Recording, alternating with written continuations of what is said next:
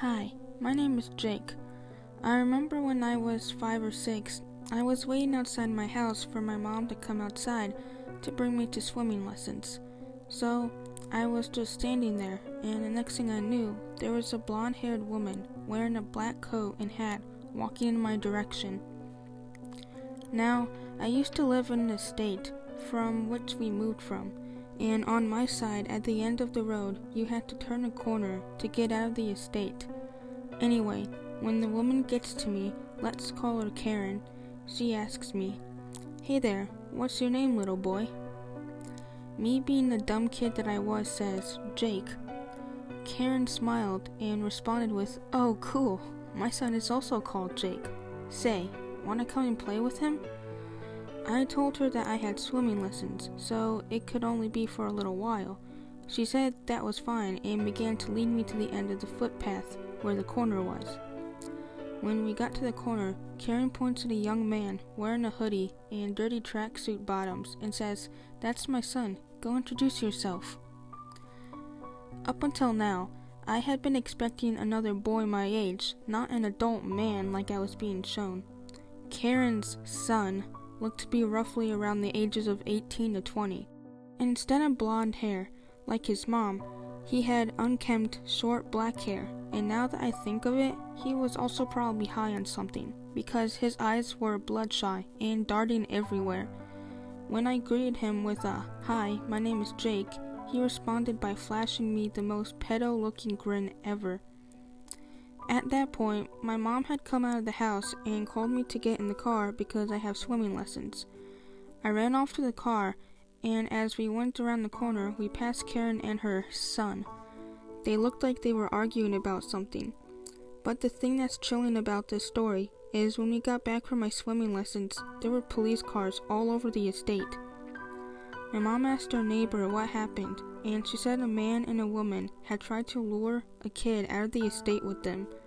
A few years later, I found out from a buddy of mine whose father was a policeman assigned to the case that man and woman arrested were Karen and her son. Karen had been pretending to be a mother looking for a child to play with her son, so that they could lure kids out of the estate to do God knows what with them. Anyway, I am very glad to have my mom and dad protect me from these types of things, and I am very grateful towards them.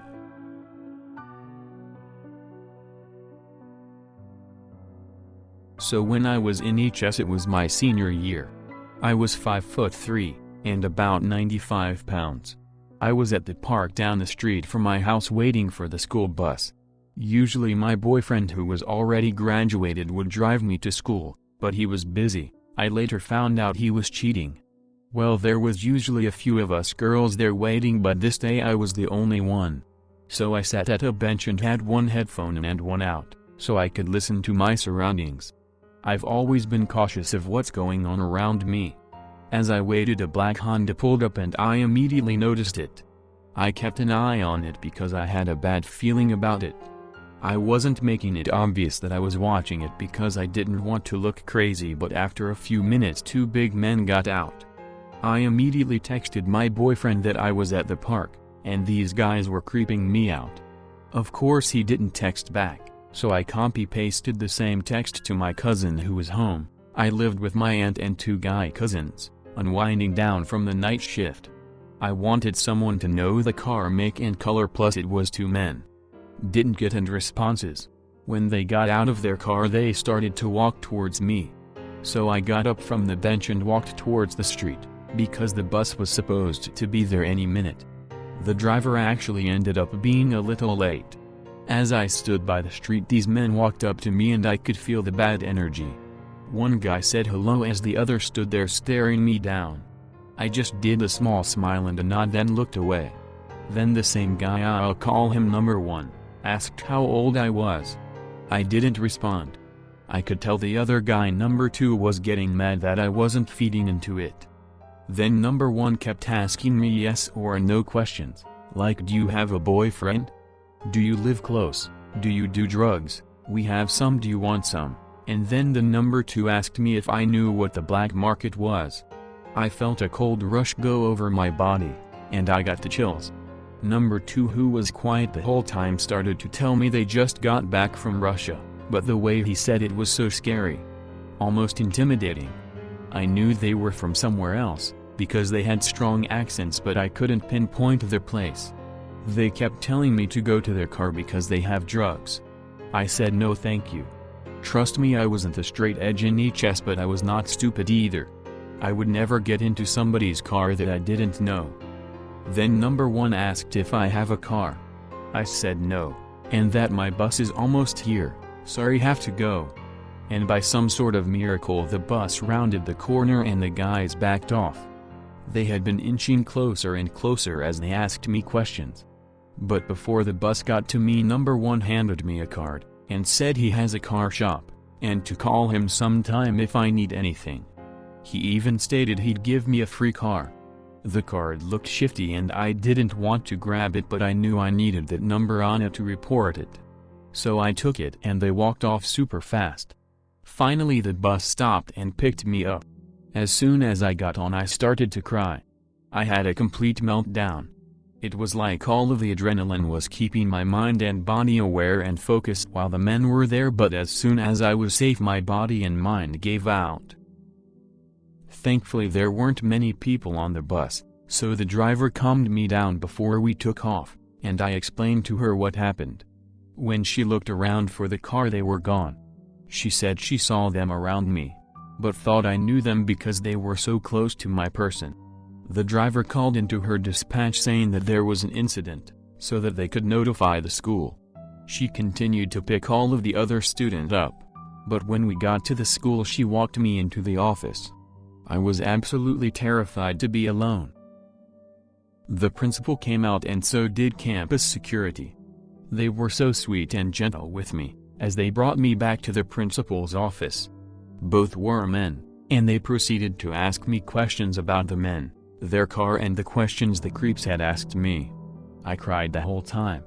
Then I pulled out the card the guy gave me, and handed it to the principal. He looked at the security and said he was going to call it and act like my dad. So he did. It was on speaker and number 1 answered. I knew his voice as if it was burned into my brain.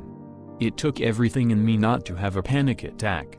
The principal asked the guy if he could get him a car at a good price, and the guy played dumb.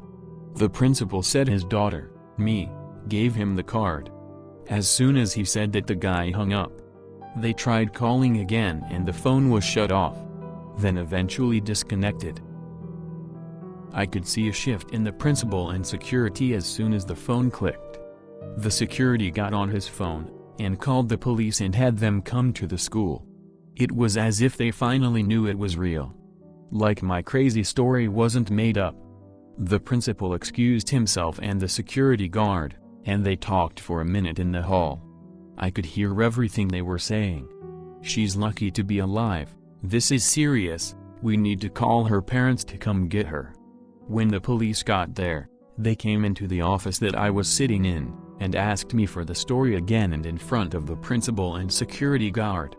I feel like they wanted to see if I was being 100% honest. So I obliged. The officers were straight up with me and told me it sounded like they were watching us girls at that park because they chose the one day that one of us were alone. He also said the card was being used as bait to get me to go where they wanted. I felt sick. I couldn't breathe. The school called my aunt but she didn't pick up. The only person that picked up first was my boyfriend.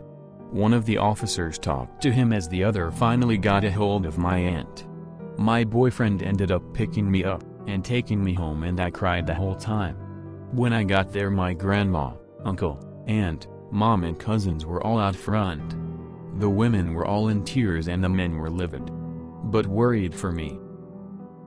A week later, some girl at another local high school, not far from the park, was saved by other students.